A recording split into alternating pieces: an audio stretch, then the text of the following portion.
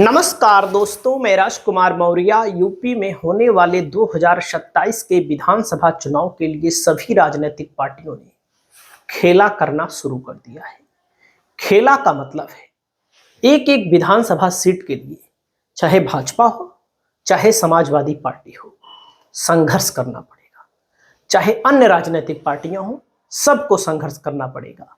भले बीजेपी के लोग कहें योगी को हराने वाला कोई पैदा नहीं हुआ है, एक कुतर्क है। जब से योगी उत्तर प्रदेश के सीएम बने हैं, तब से उत्तर प्रदेश में कोई भी योगी का समर्थक हमें बताए कि लोकसभा में बीजेपी की सीट घटी है कि बढ़ी है, विधानसभा में बीजेपी की सीट घटी है कि बढ़ी है। इन्हीं सब सीटों को सेट करने के लिए इस दिग्गज नेता की एंट्री होने जा रही है भारतीय जनता पार्टी में। दिग्गज नेता कौन है, ताकत क्या है, इस बात की जानकारी आपको देने जा रहे हैं। पूरी वीडियो को आप लोग देखिए। दोस्तों, बस्ती जिला है। बस्ती जिले की कप्तानगंज विधानसभा सीट है। यहां पर अतुल चौधरी समाजवादी पार्टी से वर्तमान में विधायक हैं। 94,273 वोट प्राप्त किए थे, 24,189 वोटों से जीते थे। लोकसभा में भी समाजवादी पार्टी का प्रदर्शन बेहतर था, इससे बेहतर था, यही इतना जान लीजिए। अब बीजेपी को पता है कि यहां हमारे बस की बात नहीं है इस तरह से चुनाव जीतना। सब जाति की बात करते हैं, सब जातिगत समीकरण की बात करते हैं पार्टी के अंदर। तो यहां पर ब्राह्मण कैंडिडेट बीजेपी ने उतारा, ब्राह्मण कैंडिडेट को सफलता नहीं मिली और ब्राह्मण कैंडिडेट यहां पर चुनाव नहीं जीत पाएगा। यह सत्यता है, बहुत बड़ी सत्यता है। बसपा ने जहीर अहमद को भी उतारा। जहीर अहमद को भी वोट मुसलमानों का गया, कुछ ओबीसी का भी गया होगा, थोड़ा बहुत दलित का गया, लेकिन बसपा तीसरे नंबर पर चली गई। आप देखिए 2017 में देख लीजिए। यहां पर 2017 में जब चंद्र प्रकाश शुक्ला चुनाव जीते, 6827 वोटों से राम प्रसाद चौधरी से बीजेपी की प्रचंड लहर थी। 2017 की बात हम कर रहे हैं, आपके सामने आंकड़ा है। तब यहां पर कांग्रेस दोस्तों तीसरे नंबर पर रही। ये बसपा से लड़े थे। कांग्रेस तीसरे नंबर पर इसलिए रही क्योंकि कांग्रेस और समाजवादी पार्टी का गठबंधन था। वहीं पर कप्तानगंज में देखिए, 2012 में राम प्रसाद चौधरी चुनाव जीते 11,000 वोटों से। 2007 में राम प्रसाद चौधरी बहुजन समाज पार्टी से चुनाव जीते 18,000 वोटों से।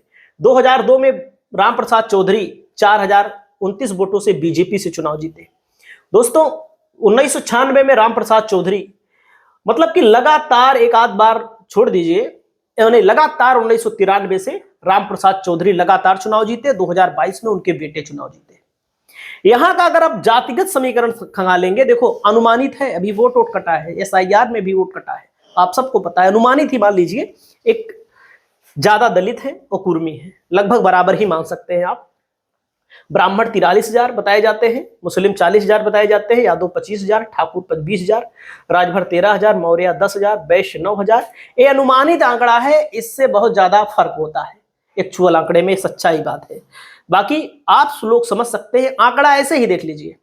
अब यहां पर देख सकते हैं राम प्रसाद चौधरी, अभी लोकसभा का चुनाव हुआ। लोकसभा का चुनाव बीजेपी के लिए प्लस माना जाता है, अन्य पार्टियों के लिए माइनस इसलिए माना जाता है कि सबको पता होता है कि भाई समाजवादी पार्टी का सांसद भले बन जाए, प्रधानमंत्री तो बनेगा नहीं।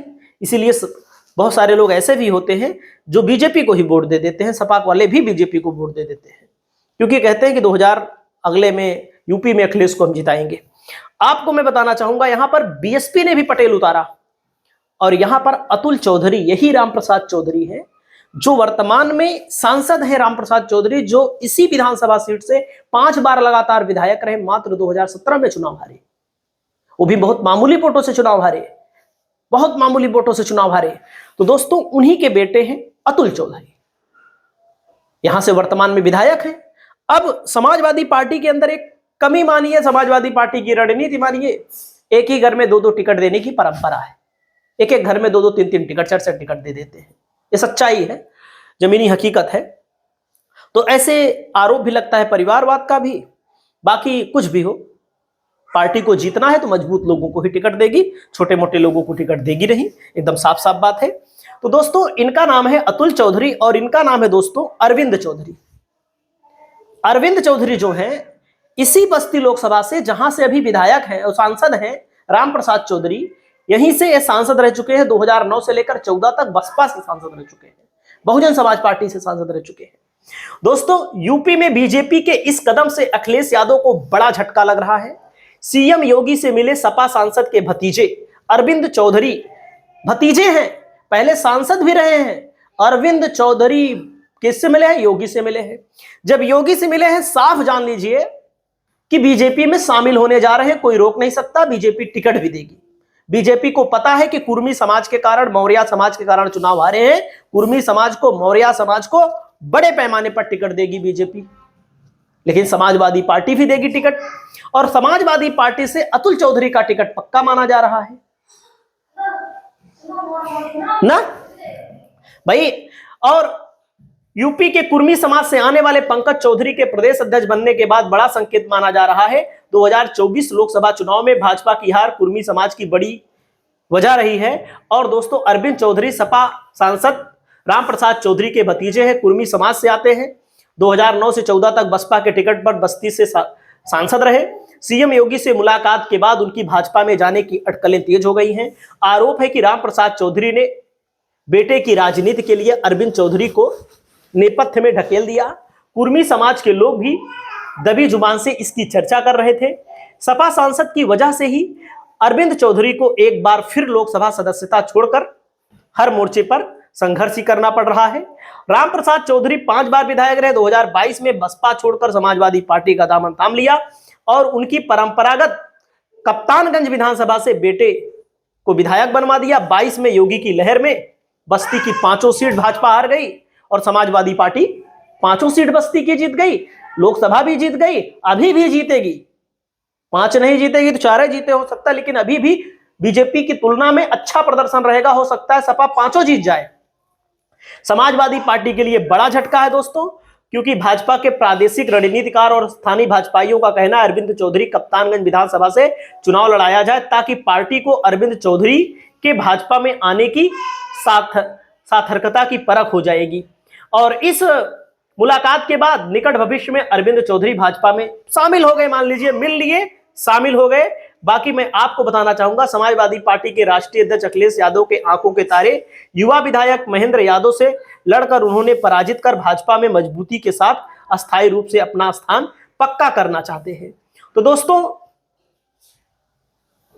आपकी क्या राय है कप्तानगंज सीट को लेकर के?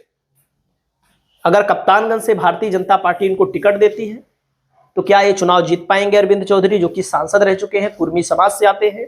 एक एक विधानसभा सीट का आंकड़ा और सर्वे आपके लिए लाते रहते हैं। आपकी जो भी राय हो कमेंट करिए। नमस्कार।